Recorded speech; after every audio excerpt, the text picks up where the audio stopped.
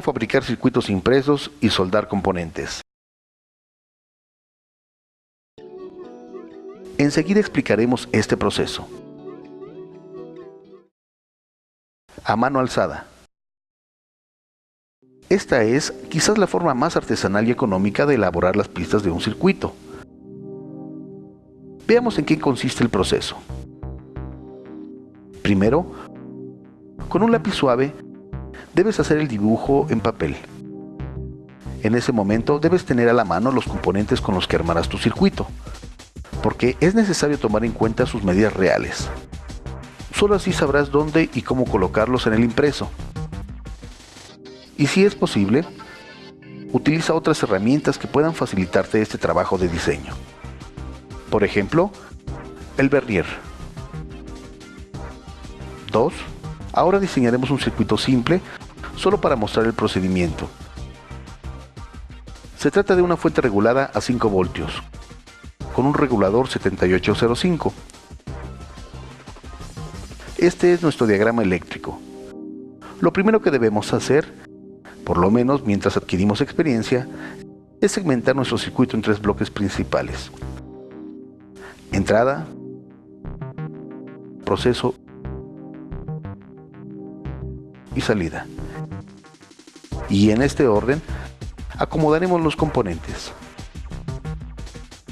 3. Una vez que tengamos esto, dibujaremos los componentes en una hoja de papel milimétrico. Y en un papel translúcido como el albanene, dibujaremos las pistas uniendo las terminales de cada componente. Después de hacer varios diseños, te será más fácil acomodar los componentes o cambiarlos de lugar sobre la marcha.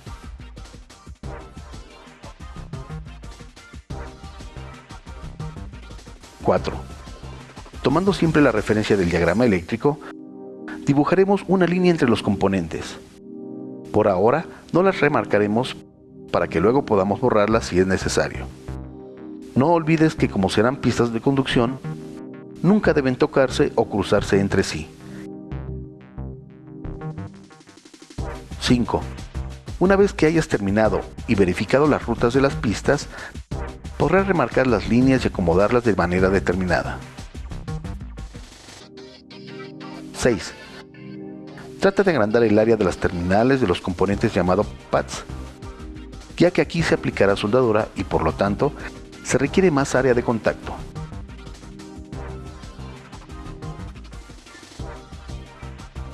7. Y ahora, para marcar las pistas en la placa, tenemos dos opciones. Una es que con la punta de un clavo marquemos el lugar en el que se harán los orificios de entrada de las terminales de los componentes. Para ello, debemos colocar boca abajo la hoja y luego hay que hacer el trazo de las pistas, pero en la tarjeta.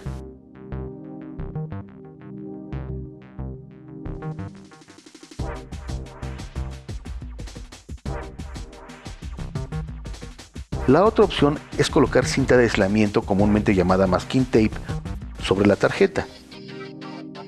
Y pegaremos nuestro diseño en papel, pero de manera invertida. Es decir, en donde dibujemos será donde pondremos el adhesivo. 8. Haremos una perforación en cada una de las marcas del sitio en que se introducirán las terminales de los componentes.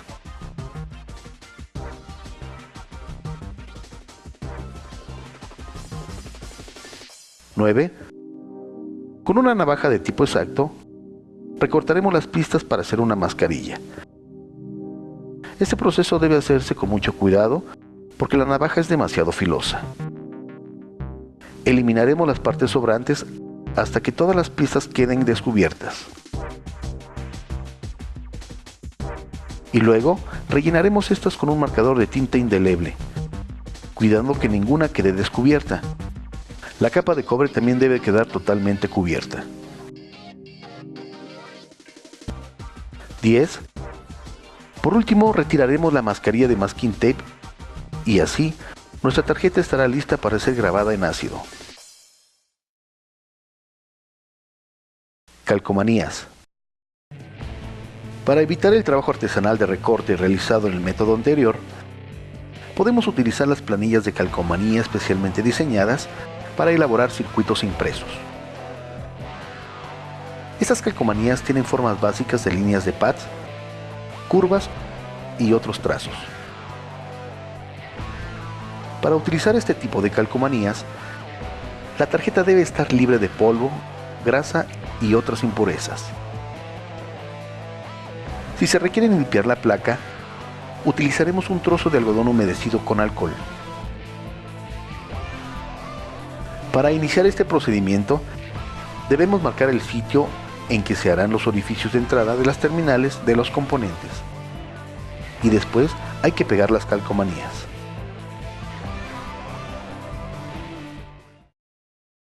Hoja azul. Este procedimiento consiste en diseñar el circuito en la PC y en imprimirlo con una impresora láser. Tal como dijimos, existen programas especialmente diseñados para elaborar circuitos por computadora. El procedimiento consiste también en colocar los componentes donde finalmente serán fijados, luego de lo cual se dibujan las pistas una por una. Existen programas capaces de realizar un autorruteo. En este caso, basta que indiquemos los puntos de conexión para que el programa busque y dibuje la ruta más adecuada. Pero si trabajamos de esta manera, podemos tener problemas. Tengamos en cuenta que el programa puede dejar pistas en 2 o más capas y que esto complicaría el diseño.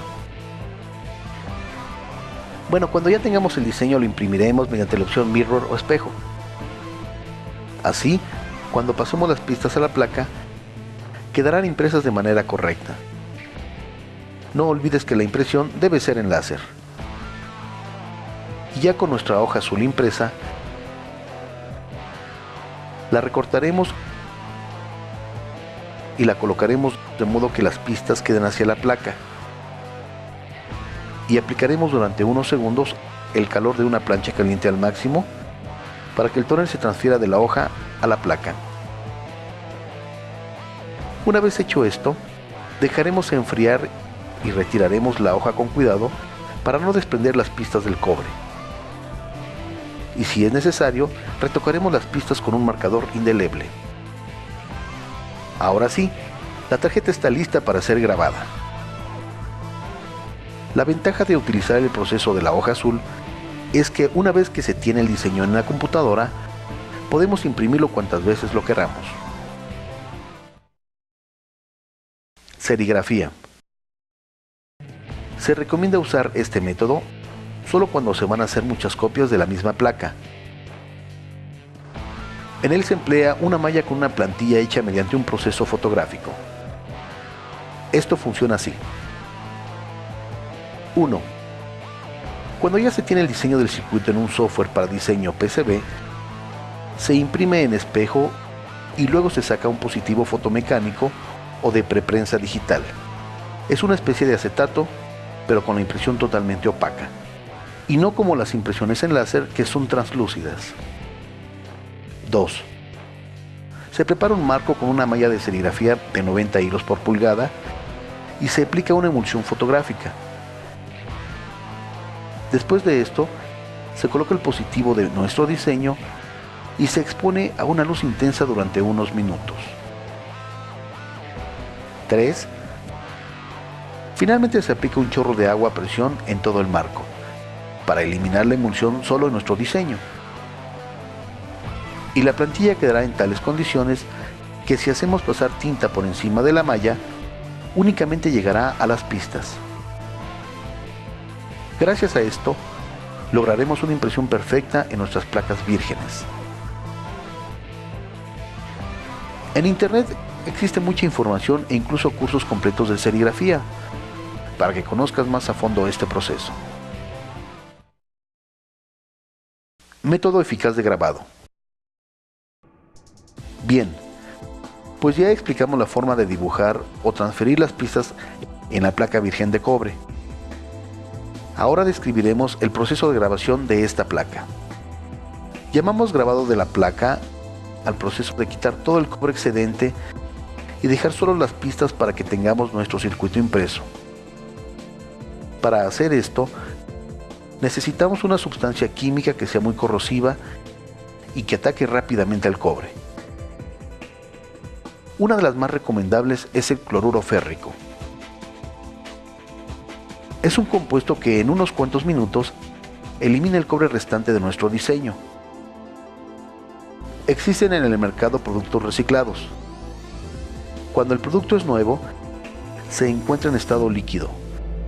Tiene un color café claro y cierto tono amarillo.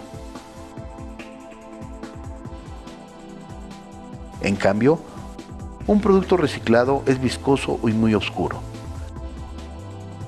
Ambos sirven, pero el nuevo actúa con mayor rapidez y eficacia. No olvides revisar que las pistas estén perfectamente delineadas. Cualquier rayado o porosidad que se haya grabado puede generar problemas en el funcionamiento de nuestro circuito. Después de esto, lo único que nos hace falta es conseguir un recipiente un poco más grande que la placa. Como estas sustancias químicas son tóxicas, debemos manejarlas con ciertos cuidados básicos como los siguientes. Hay que trabajar con ellas en lugares bien ventilados. No debemos inhalar directamente los vapores que se despiden. Usemos guantes de plástico o látex para manipularlas. Evitemos que toquen nuestra piel, ojos o ropa.